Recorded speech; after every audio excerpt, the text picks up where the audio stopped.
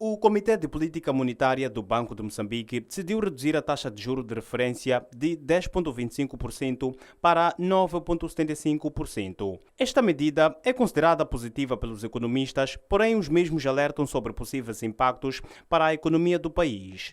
Haverá um relaxamento no valor das prestações que têm de reembolsar aos bancos comerciais, tanto famílias como empresas. Aquilo que deviam reembolsar aos bancos comerciais fica relaxado em cerca de 50 pontos base.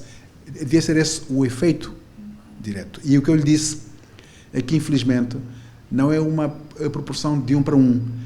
Vai acontecer uma variação, sim, mas não será de 50 pontos base. Será de 30, será de 40, aquilo que for.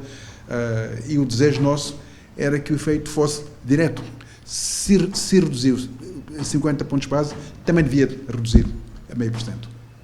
Por sua vez, a economista Piedade Dias, também entrevistada pela STV, considera que, embora a medida seja positiva, diante do cenário em que a economia do país se encontra, pouco se acredita que vai trazer benefícios concretos. Baixar a taxa mínima significa reduzir o custo para empréstimos e isso pode impactar positivamente no acesso ao crédito.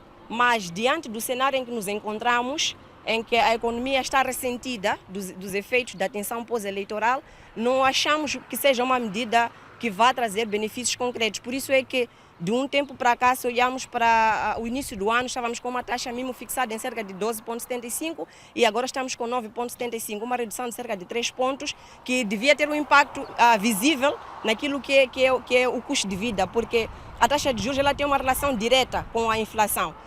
Para a Piedade Dias, esta medida só vai ajudar na recuperação econômica do país se os bancos comerciais acompanharem essa redução e se as famílias e empresas se disponibilizarem a ceder a essas linhas de financiamento.